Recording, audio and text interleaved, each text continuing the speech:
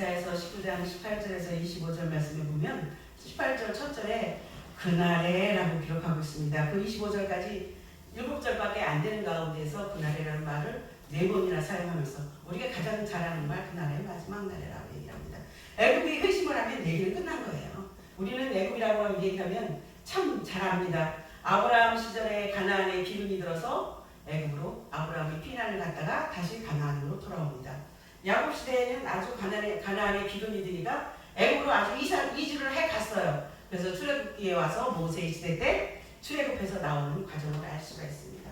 근데 애굽은 왕정 시대 때에도 왕정 시대에는 사람들이 하나님보다 더욱더 애굽을 의지하고 살았다라고 얘기합니다. 문제가 생기면 하나님 앞에 기도하는 것이 아니라 옆에서 누가 쳐들어오면 애굽에 가서 손 걸려가면 굽신 걸려가면 거기 가서 아부 들어가면 자기들을 살려달라고 얘기합니다.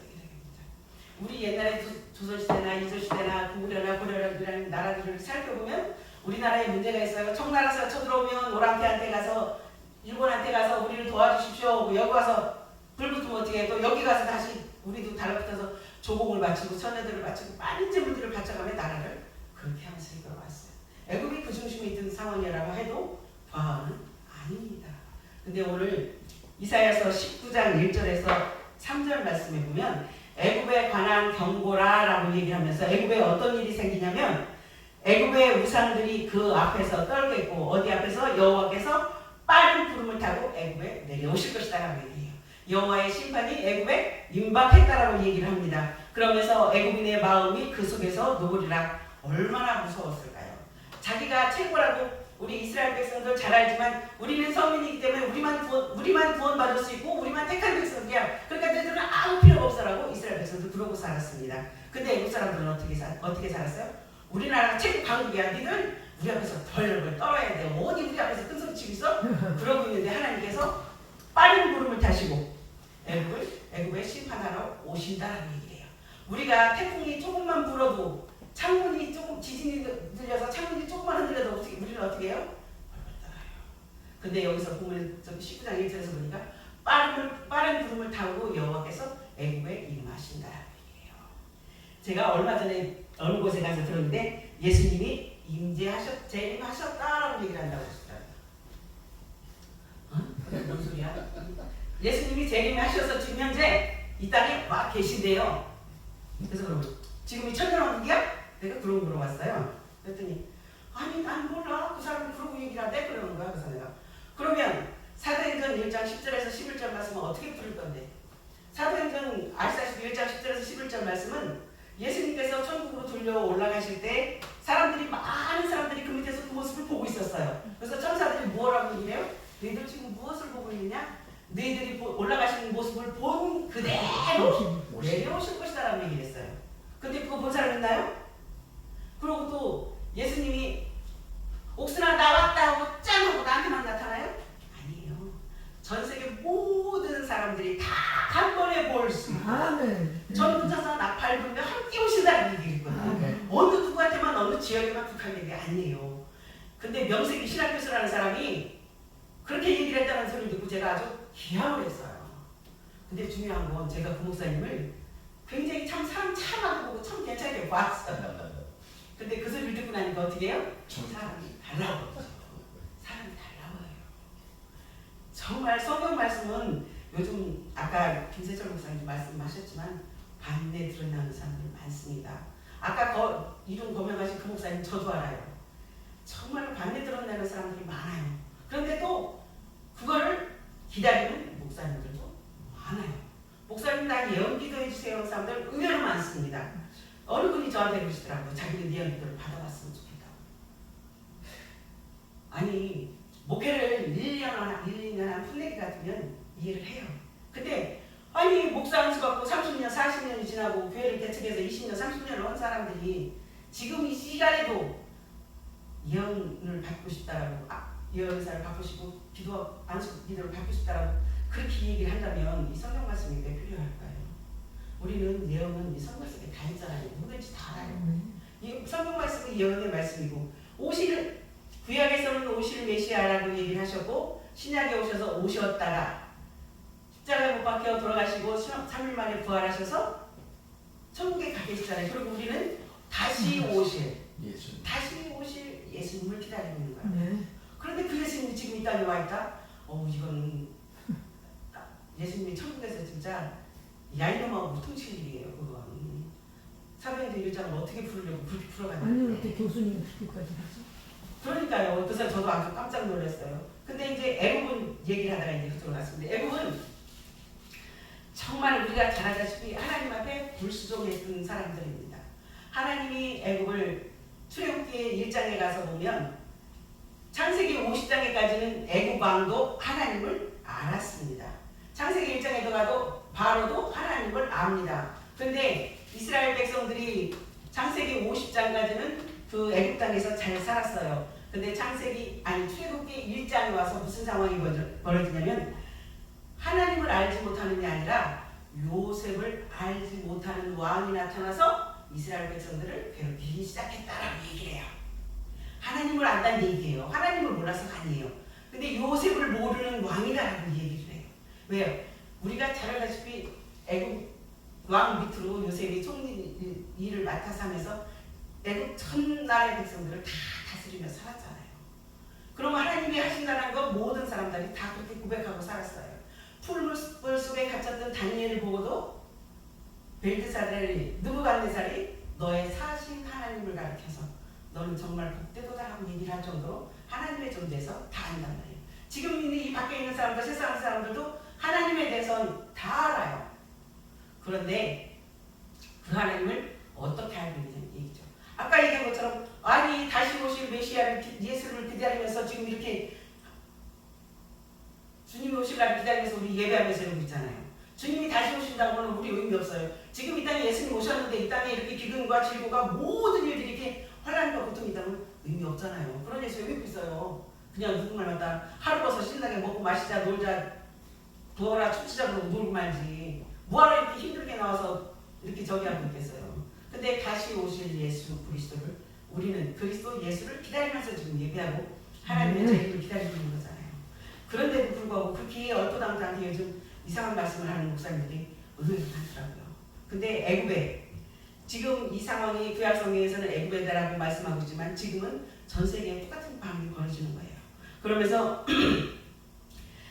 애굽 사람들의 마음이 녹을 거라는 얘기예요. 하나님의 그 무서운 음성에 의해서 저 사람들이 마음이 간담이 서늘해질 거라고 얘기합니다. 그러면서 뭐라고 얘기를 하냐면 2절에 그가 애굽인을 격동하사 애굽인을 치게 하시고 그들이 각기 형제를 치며 각기 이웃을 칠 것이요 서국이 서국을 치며 나라가 나라를 칠 것이며 이스라엘이 애굽을 치는 것이 아니고 아수르 사람이 애굽을 치는 것이 아니라 애굽 사람들끼리 서로가 그렇게 동족 상대의 비극처럼 우리나라 일제시대처럼 일본들이 들어와서 첩자를 심어놓고 고발하게 했던 것처럼 김일성이 쳐들어왔을 때 간첩을 심어놓고 불신자들을 곤란해서 고발해서 서로 죽이게 했던 것처럼 이 애굽에도 형제들끼리 애굽 백성들끼리 그런 일이 벌어질 것이다라고 얘기해요. 그러면서 3절에 보니까 애굽인의 정신이 그 속에서 쇠약해 형제들끼리 죽이는 모습을 보면 온전한 사람이 어디 있겠어요. 그래서 저로 정신이 쇠약해질 것이고 그 동원은 그의 파하심과 기름이 그들이 우상과 마술사와 신접한 자와 요술객들에게 물으리라 라고 얘기를 합니다. 하나님께서 이 땅을 심판하러 오신다고 했는데 누굴 찾아가요? 하나님 앞에 엎드려야 돼요. 아멘. 우리 문제 있을 때 하나님 앞에 엎드려야지 무당 찾아가서 뭐 할 거예요? 지금 어느 목사님들 가서 점도 보시고 뭐 무당도 찾아가시고 훨씬 나은 내가 승진이 못돼서 그런지 왜 그런 소리만 들려오는지 모르겠어요. 아주 정말로 아니요 어느 목사님이 그러시더라고요. 자기가 아는 목사님인데 아주 속이 답답해서 죽겠어가지고 그냥 예언하는 목사님들을 가서 이렇게 만나봤는데 안 풀리더래요. 그래서 무당을 찾아갔다 왔다고 얘기를 하더라고요. 그것들이 속이 다 시원하게 간다고. 그래서 아이고 참 시원하겠다. 성경에서 듣도 보도 못한 얘기를 남이 아버지의 말을 빌려서 우리 하나님 아버지가 아니라 남의 아버지의 말을 빌려서 말을 듣고 왔으니 그 속이 오죽 시원했겠어요. 듣도 못한 얘기를. 우리 성경 속에는 어떻게 해요? 하나님께서 옥순아 너 사랑해? 그래서 지금 뭐라 그래요? 그거 하지 말고 그것도 하지 말고 그것도 하지 말고 오직 나만과 우리 있어요. 하나님 지금 들어오고 계신단 말이에요. 근데 우리는 그런 것들에 대해서 전혀 관심이 없어요. 왜냐면 우리가 부부간에도 마찬가지고 부모 자식간에도 마찬가지고 어떻게 해요? 아니 내 신랑 쳐다보고 내 마누라 쳐다봐야지 딴 데 쳐다봐서 뭐 할 거예요? 내가 내 새끼 쳐다보고 내 새끼가 날 봐야지 내 새끼가 남의 부모 쳐다보고서 거기다 내가 어머니 아버지하고 그게 무슨 소리 있느냐. 나 위에 있는 하나님 아버지 그분만 바라보면 되잖아요. 근데 왜 너 남의 아버지를 찾아오냐고. 그래서 왜 더군다나 목회자들이 돼가지고 세상에 갈수록 험해져 간다고 얘기하고 갈수록 험해져 간다고 얘기를 합니다. 근데 우리는 또 뭐예요? 이 나라가 언제까지 이렇게 건장할 거라고 생각을 하나요? 지금 저 중동층이나 유럽 쪽으로 저렇게 전쟁들을 일으키고 이렇게 문제들을 일으키는 것들을 보면 정말 하나님이 언제까지 정말 호세아가 부르짖었던 것처럼 하나님 언제까지 이렇게 잠잠하고 계십니까? 소리가 아주 자동으로 나올 때도 있어요. 중동에 지금 전쟁이 벌어진 이유가 푸틴이 전쟁을 할 만해서 했어요? 저심심해서 전쟁 시작했어요. 그 사람은 자기 사육을 위해서 사리 사육을 위해서 갑니다. 사리 사육을 위해서 시작한 전쟁이 지금 그 전쟁이에요. 무슨 문제들이 있거나 아니 얼마로 김정은이가 우리한테 미사일을 쏘면 우리 가만히 안 있죠. 덤벼야죠. 그런 상황이 벌어서 전쟁이 벌어진 게 아니라 자기가 하고 싶은 거 마음대로 하려고 전쟁을 벌여놓은 상태잖아요. 근데 저게 거기서만 끝나는 것이 아니라 옆으로 조금씩 옮겨가고 있잖아요. 거기서 어떻게 해요? 북한에서 같이 경계를 들썩들썩하고 같이 그러고 있어요. 그럼 우리는 뭐 해야 돼요? 우리는 기도해야 돼요. 기도해야 돼요. 목회자들이 기도 안 한다라고 얘기를 하는 건 물론 많은 목사님들이 기도를 해요. 근데 제가 안 한다라고 얘기를 하는 건 기도 안 하는 목사님들이 더 많다라고 얘기를 하는 거죠. 목사님들이 기도하라고 그 목회직 주었지 나가서 태극기 흔들라고 목사직 준 거 아니잖아요. 기도하라고 목회자를 줬단 말이에요. 기도하라고 기름 부어 세웠단 말이에요. 죽을 영을 살리라고 주의 종을 삼았는데 죽을 영혼에는 관심이 없고 내 주머니 채우기 바쁘고 내 사역 채우기 바쁘다면 그건 목회자라고 할 수가 없죠. 제가 부흥회를 다니면서 그랬어요. 내가 이것저것 계산하고 제가 자존심도 굉장히 강하고요. 고집도 세고요. 욕심도 많아요. 그리고 제가 저같이 장녀다 보니까 제가 참 이쁘게 컸어요. 어른들한테 대접받던 다음에 이쁘게 컸어요. 지금도 우리 집안에서는 나를 함부로 하는 사람이 없어요. 그런데 이렇게 목회자들 세계에 딱 들어오니까 그거하고는 어떻게 해요? 전혀 거리가 없어지고 아우 나는 목사님 받은 지가 몇 년 됐고 이러고 있더라고요. 물론 목사 받은 연륜 중요해요. 그런데 저는 변은 익을수록 고개를 숙인다라고 얘기를 하는데 왜 목사님들은 연조하고 그지만 고개를 숙이는 게 아니라 고개가 막 빠시 들어서 비비스라고 그래요. 목회자라는 목회자라는 단어가 종이라는 얘기잖아요. 종이 고개 빳빳이 들고 상전 쳐다보는 경우 있나요? 없어요. 다 고개 숙이고 무릎 꿇고 우리 기도하는 모습이 그렇잖아요. 지금들은 그렇게 안 하지만 예전에 우리 기도라고 얘기하면요. 무릎 꿇고요. 두 손 모으고요. 눈 감고요. 우리 그러고 기도를 시작했어요. 그렇게 기도를 배웠어요. 근데 지금은 그렇게 하는 거 하잖아요. 근데 목자는 섬기는 것, 양을 섬기는 것, 양을 치리하는 것이 목자들의 일인데 그렇지 않고 세상 일에 바쁘고 세상 권세에 바쁘고 세상 자랑에 바쁜 일들이 요즘은 많다는 말이죠. 제 주위에도 우후죽순으로 한 사람 한 사람씩 일어나기 시작을 했어요. 그러다 보니까 야 이걸 어떻게 걸러야 되냐 지금 그러고 있는 상황이에요.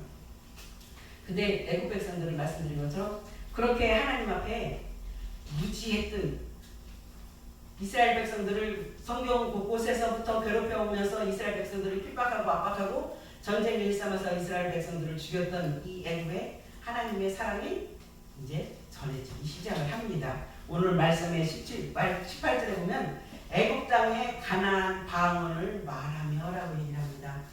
애국 땅의 가나안 방언을 말한다는 것은 가나안 방언이라는 것은 거룩한 말, 아름다운 말을 사용한다는 얘기예요. 세상적인 거친 언어를 사용하는 것이 아니라 하나님 나라의 언어를 사용해서 하나님의 백성이 되어간다라고.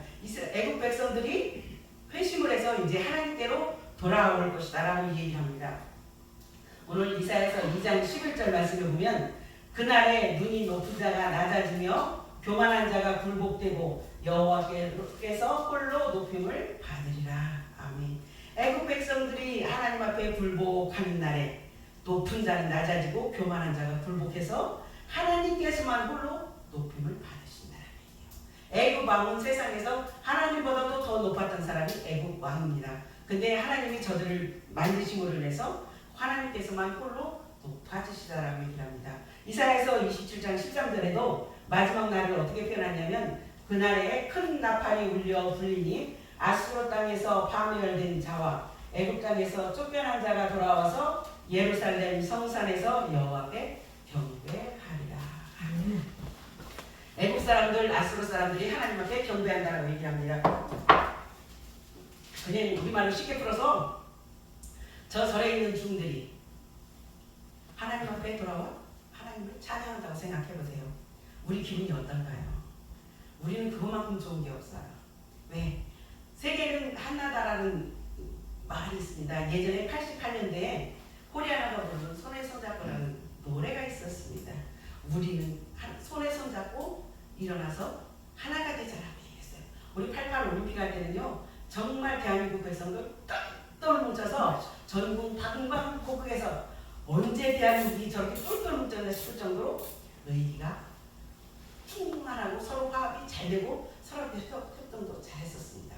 근데 시간이 지나면서 사람들 마음은 점점 더 강팍해지고 사람들 마음은 점점 더 교만해져 간다는 얘기예요. 그런데 이럴 때 하나님께서 애굽을 들어 사용하신다는 얘기를 하시는 거예요. 어느 누구 하나도 세상 모든 민족은 다 하나님의 자녀다라고 하나님의 백성이다라고 얘기를 하시면서 하나님께서 그토록 미워하시는 애국 사람들조차도 구원에 이르게 하신다라고 오늘 본문에서 말씀을 하고 있는 겁니다. 그러면서 가나안 방언을 말하고 여호와를 가리켜서 맹세하는 5 성읍이 있을 것이다. 그러나 그 중에 하나는 망하는 성읍도 있을 것이다. 왜요? 모든 사람이 다 구원을 받지는 못한다라고 말씀하셨거든요. 그리고 나서 19절에 그날의 애굽 땅 중앙에는 여호와를 위하여 제단이 있겠고 그 변경에는 여호와를 위하여 기둥이 있을 것이다. 아멘. 흑암 속에 있는 애굽 땅에 광명의 빛이 의의 태양이 비춰진다라는 얘기예요. 하나님께서는 여전히 애굽에 대한 자비를 준비하고 계셔서 애굽 사람들이 회개하고 하나님 앞에 돌아오는 자는 언제나 너는 내 자녀다 나와 함께하자라고 말씀하시고 기다리신다라고 얘기를 합니다. 그는 그들 가운데 참된 종교를 보내주심으로 예수 그리스도입니다. 여기서 참된 종교는 예수 그리스도예요. 예수 그리스도께서 이 땅에 오셨기 때문에 저와 여러분들이 예수를 알 수 있는 거고 예수를 믿는 겁니다. 보내주셨고 즉 참되신 한 분 하나님을 예배하도록 그들을 부르심으로써 자비를 보여주셨다라고 얘기를 합니다. 애굽 땅에도 이런 역사가 일어나고 있습니다. 하나님께서는 그렇게 만드셨어요. 그럼 우리 북녘 땅에도 이런 역사가 머지 않을 것이다 라고 얘기를 합니다. 지난번에 어느 목사님을 만났는데 가나의 복음을 전하니까 거기는 가나는 하나님을 알지를 못하는 사람들이 많대요. 이제 복음이 아예 들어가지 않아서 이제 복음이 들어가서 그쪽에 가서 전도를 하기 시작을 하는데 너무너무 열심히 잘 믿고 너무너무 잘 따라온다고 너무 행복하고 좋다고 얘기를 하더라고요. 그래서 말도 안 통하는데 한 사람이 옆에서 통역을 해줘도 우리는 성질들이 급하잖아요. 내가 얘기하는 거 누가 여기서 영어로 얘기해서 그거 알아들을 때까지 기다려봐요. 성질 급한 사람이 그걸 어떻게 기다리나. 근데 가나에 가서 그렇게 영어권이기 때문에 그렇게 통역을 해서 그렇게 단어를 써야 되는 거예요. 그렇게 예배를 드림에도 불구하고 금방 은혜를 받고 그 자리에서 성령 충만해서 하나님을 찬양하고 돌아가는 모습들이 너무 이쁘다라고 얘기를 하더라고요. 우리도 그렇게 좋은데 하나님 보시기에 그 백성들이 얼마나 이쁠까요? 지금 하나님의 애국 사람을 보시면서도 그러고 계시는 거예요. 그 다음에 여호와 하나님께 맹세했다라고 얘기를 합니다. 자기 땅에 애국 땅에 하나님을 위해서 공식적인 예배가 지정될 것이다라고 즉 애국 땅 중앙에 여호와를 위해서 제단이 있겠고 변경에는 여호와를 위하여 기둥이 있을 것이다. 하나님 앞에 예배를 공식적으로 드릴 것이다라고 얘기합니다. 애국 땅에 여호와를 위한 제단과 제물과 예물을 드릴 제단이 세워져서 하나님이 기뻐 받으실 것이다라고 얘기합니다.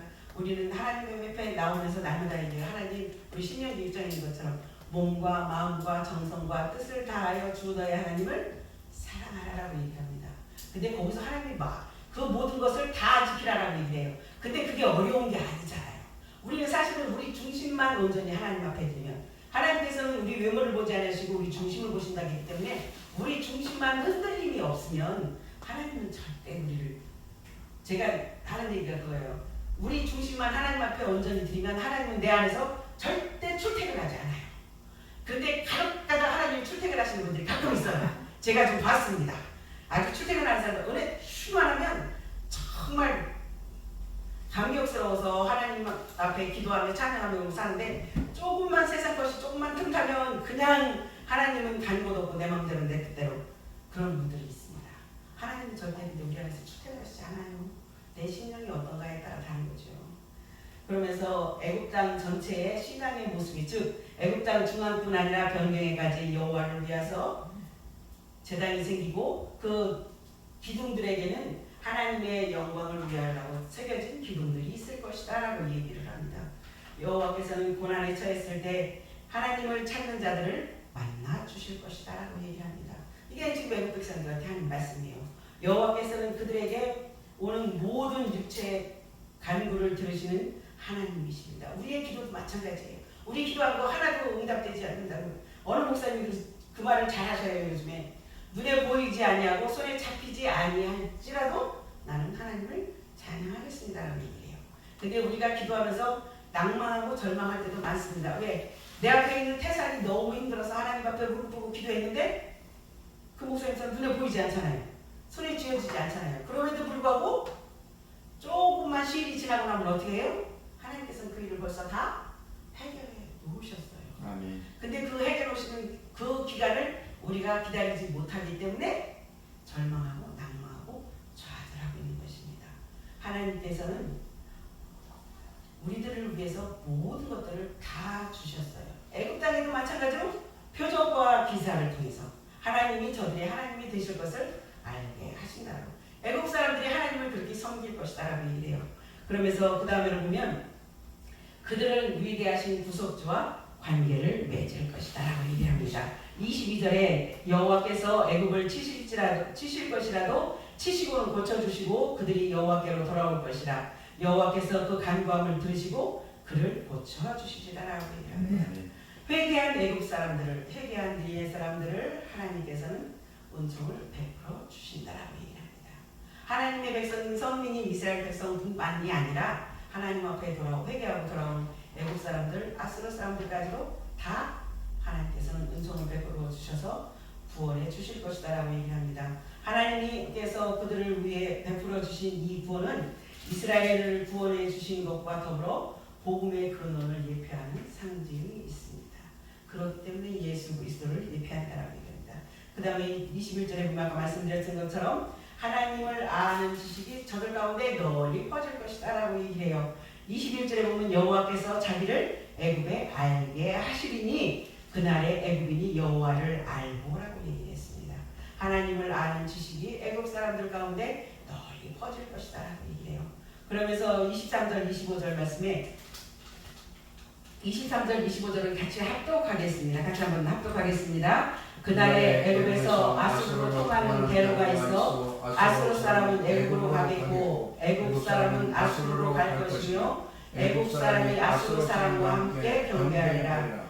그날에 이스라엘이 애굽과 아수르로 더불어 셋이 세례 중에 복이 되리니 이는 만군의 여호와께서 복을 주어 가라사대 나의 백성 애굽이여 나의 손으로 지은 아수르여 나의 산업 이스라엘이여 복이 있을지어다 하실 것입니다. 아멘.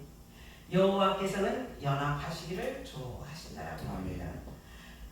마지막 날에는 애굽이 아수르 대로를 통해서 지나갈 것이고 아수르 백성도 애굽 대로를 통해서 지나갈 것이고 이스라엘 백성들도 저들과 함께 교류를 하면서 서로 지나가면서 함께 하나님 앞에 경배할 것이다 얘기합니다. 저들 가운데 있던 시기, 질투, 불화 모든 것들이 다 소멸될 것이다 얘기합니다. 애굽과 아수르 사이에 있는 반목 즉 시기하고 미워하는 것이 없어질 것이다 라고 얘기합니다.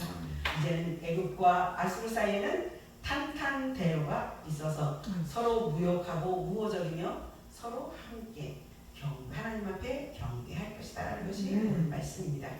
똑같이 한 하나님과 교제를 나누는 자들은 동일한 하나님의 은혜의 보좌 앞에서 만나고 서로를 위해 봉사하는 자들입니다. 모든 걱정과 원한을 그치고 거룩한 사랑 가운데서 마음으로 서로 연합해야 된다라고 얘기합니다. 오늘 말씀의 결론입니다. 애국과 아수르가 하나님을 섬기는 일에 협동자가 될 때 이스라엘은 그들과 연합하여서 셋이 하나가 되었습니다. 애국과 아수르만이 아니고 이스라엘까지 다 합해서 여기 25절 중반절에 보세요. 나의 백성 애국이요. 언제 애국 백성이 하나님의 백성이었어요? 이스라엘 백성이 하나님의 백성이었죠. 근데 아수르를 향해서 나의 백성이다라고 얘기합니다. 그 다음에 아수르를 향해서는 나를 지은 내가 지은 아수르여라고 얘기해요. 그리고 이스라엘을 향해서는 나의 산업이여라고 얘기하면서 그들에게 복이 있을지어다라고 얘기를 합니다. 그들은 삼겹줄이 되어 서로 끊어지지 않을 것이다라고 얘기합니다. 여호와께서 복을 주시는 자들이 만군의 여호와께서 복을 저들에게 주실 것이다라고 얘기합니다. 애국이 전에는 속박의 짐이었습니다. 아수르는 불의한 침략자였습니다. 그러나 이제는 서로가 서로를 용서하고 서로의 잘잘못을 따지지 않냐고 하나님으로 더불어 이스라엘 백성과 함께 하나님께 영광을 돌릴 것입니다. 이것이 바로 We are the world, 우리는 하나다, 세계는 하나라는 말씀입니다. 아수르라는 나라가 우리가 알다시피 아수르는 있잖아요. 노아의 둘째 아들의 아들입니다. 즉 노아의 손자예요.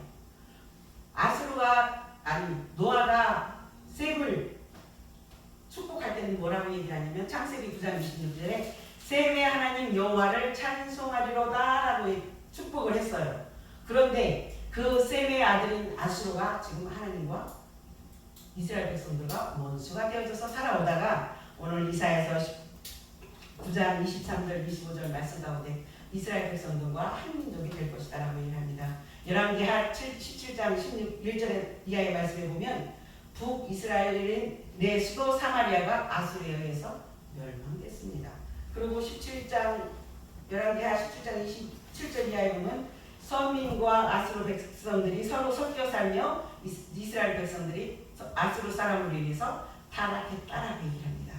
아수르의 교만은 하나님을 인정하지 않았다라고 이사야서 10장 12절 이하에 기록하고 있습니다.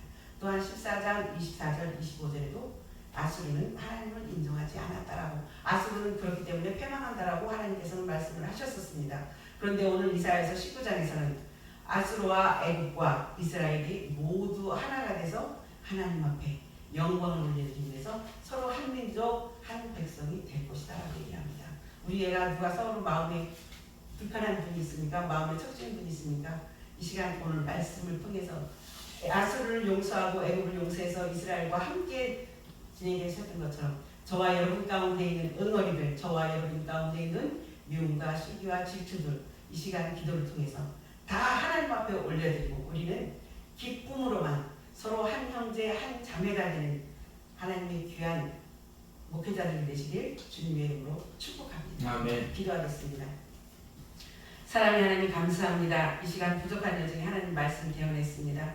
대언하면서 잘못 전하여진 것 있으면 기억나지 아니하게 하시고 아수르가 하나님 앞에 무릎 꿇었던 것처럼 애굽이 하나님 앞에 무릎 꿇고 하나님 앞에 나의 백성이요 나의 산업이요 나의 기업이라고 말씀하셨던 것처럼 우리는 모두가 하나 되어서 하나님 앞에 온전히 하나님의 기대 가운데 기쁨으로 나아갈 수 있도록 인도하시고 온전히 하나님 중심의 삶을 살아가서 하나님 앞에 영광을 올리는 조금 더 부족함이 없도록 날마다 지키시고 인도하여 주시옵소서. 아멘. 감사드리며 예수님의 이름으로 기도드립니다. 아멘. 아멘.